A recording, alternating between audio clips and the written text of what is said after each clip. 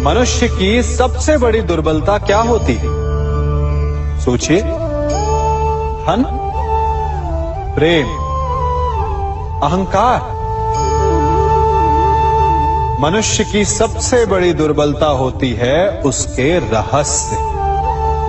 चाहे आप कितने भी शक्तिशाली क्यों ना हो, कितने भी प्रबल क्यों ना हो, परंतु उसके रहस्य उसके नाश की चाबी होती है।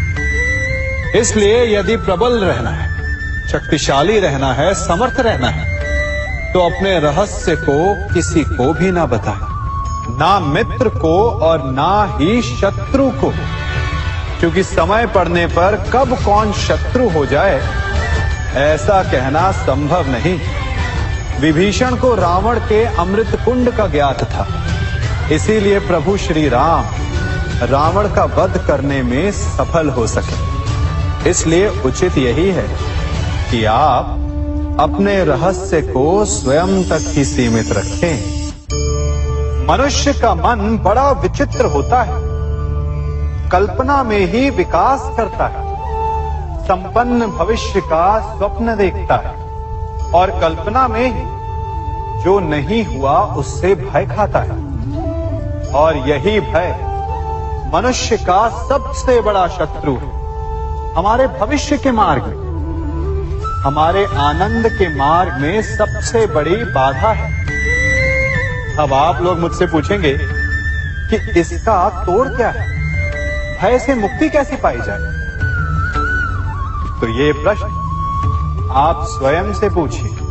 तनिक सोचिए, जब आप एक सुंदर भविष्य की कामना करते हैं तो उसे पाने के लिए आप परिश्रम करते हैं ना? ठीक उसी प्रकार भय से मुक्ति पाने के लिए आप उससे लड़ जाएं और उसका निवारण आपको स्वतः ही मिल जाएगा। इसलिए जब भी भय आपको सताए तो उससे भागे नहीं, उससे घबराए नहीं, क्योंकि भय का काम ही होता है आपको भयभीत करना। इसलिए जब भी भय आप पर आक्रमण करे तो आप भी उस पर पहले ही आक्रमण कर दें। हम सब मित्रों के साथ रहना चाहते हैं, शत्रुओं से दूर रहना चाहते हैं। क्यों? क्योंकि हमें जीवन में आनंद पाना है, जीवन में आगे बढ़ना है, स्वयं को संपन्न देखना है। और यदि किसी से भी आप पूछेंगे कि जीवन में सफलता पाने के लिए सबसे अधिक आवश्यकता किसकी होती है, तो हर एक आपको लगभग एक ही उत्तर देगा। सफलता प्राप्त करने के लिए आपको सच्चे मित्रों की आवश्यकता होती है। परंतु यदि आपको और अधिक सफल होना है तो आपको केवल मित्रों की नहीं, शत्रु की अधिक आवश्यकता है। अब आप कहेंगे, ये मैंने कैसी बात कर दी? तनिक स्वयं सोचिए। जब भी संकट आता है तो मित्र क्या करते हैं? आपकी सहायता करने के लिए आपके साथ खड़े हो जाते हैं। और संकट के समय में शत्रु और बड़ा संकट बनकर हमारे समक्ष खड़े हो जाते हैं। मित्र हमें सहायता देते हैं, अपनी शक्ति देते हैं, परंतु शत्रु आपके भीतर छिपी शक्ति को बाहर लाता है, आपको और अधिक बलवान बनाता है। संगति या साथ, मित्र और साथी मनुष्य के व्यक्तित्व के लिए सबसे महत्वपूर्ण होते हैं। अब आप कहेंगे, ये कैसे? मनुष्य अवश्य अपने व्यक्तित्व के लिए उत्तरदायी होता है, परंतु मनुष्य संगति में ना चाहते हुए भी उसका व्यक्तित्व संगत की भांति हो जाता है। इन पात्रों को देख रहे हैं, मध्य में जल रखा है, इसमें दूध है और इसमें मलिन कीचड़ रखा है। यदि मैं इस जल को इस दूध में मिलाता हूं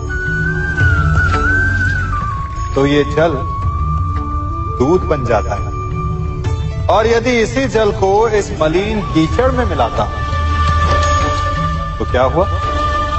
ये जल कीचड़ बन गया।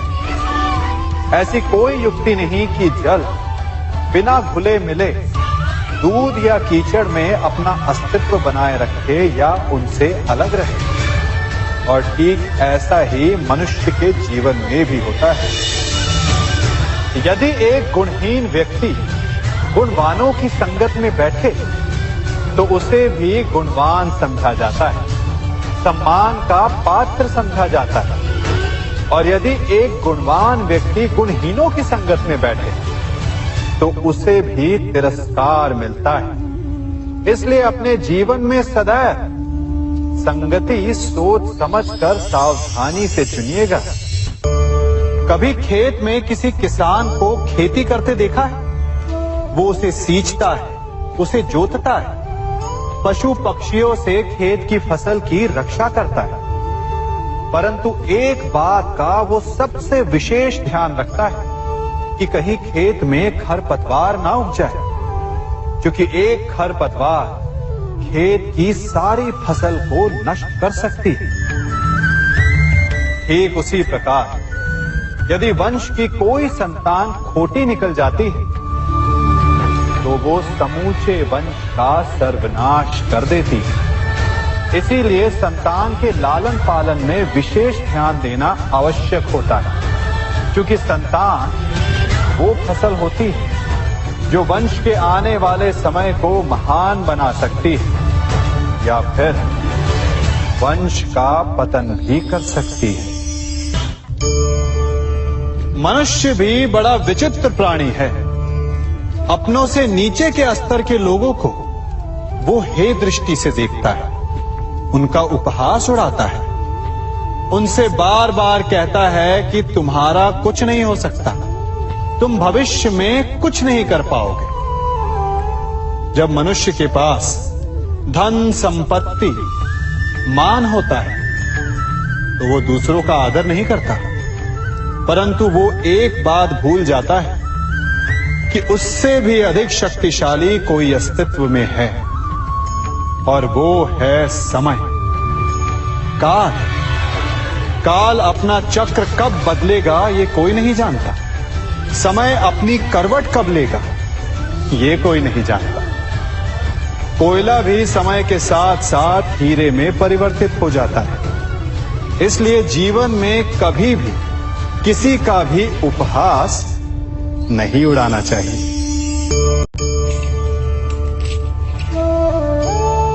बड़ी विकट समस्या है। मुझे स्मरण ही नहीं हो रहा कि इस गुच्छे की कौन सी चाबी इस ताले को खोलेगी। बड़ी देर से प्रयास कर रहा, परंतु ये ताला खुल ही नहीं रहा।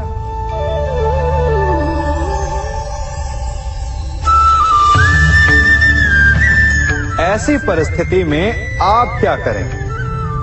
अधिकतर लोग ऐसी परिस्थिति में अपनी आशा खो बैठते हैं। उन्हें लगता है कि चाबी खो गई।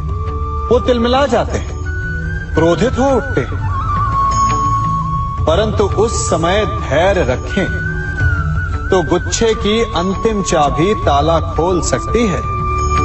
कुल्हाड़ी का अंतिम प्रहार वृक्ष को काट के गिरा देता है, परंतु क्या सत्य में कुल्हाड़ी का अंतिम प्रहार वृक्ष को काट के गिरा देता है? आपको आपका लक्ष्य दिला देता है? नहीं, आपका निरंतर प्रयत्न ही आपको सफलता दिलाता है। जब आपका मन निराश तो अपने कार्य में दुगनी उत्साह से जुट जाए, क्योंकि अनावरत बहता जल ही कठोर चट्टान को काट सकता है। सफलता का मूल है परिश्रम, प्रयास और आशा। मनुष्य का जीवन ऋतुओं के समान होता है। आज ग्रीष्म तो कल वर्षा, परसों शीत। तनिक संकट आया तो हम संयम खो बैठते हैं, तनिक ऋतु बदली तो हम अधीर हो जाते हैं। अपने आक्रोश में, अपने क्रोध में हम उनसे ही संबंध बिगाड़ लेते हैं जो हमारे अपने होते हैं। क्यों ऐसा होता है ना? हमें लगता है कि हमारे अपने फिर से मना लेंगे, परंतु स्मरण रखिए सदा ऐसा करना संभव नहीं होता। सागर की उछलती लहरों को तट सहता है, और यदि तट ही टूट जाए तो बाढ़ आ जाती है। हमारे संबंध भी दूध की भांति होते हैं। दूध तपकर उबल सकता है, परंतु यदि उसमें खटास आ जाए तो वो फट भी जाते हैं। और फटे दूध को चाहे जितना मत लो, उसमें से माखन नहीं निकलेगा। इसीलिए अपने संबंधों को संभल कर निभाना चाहिए।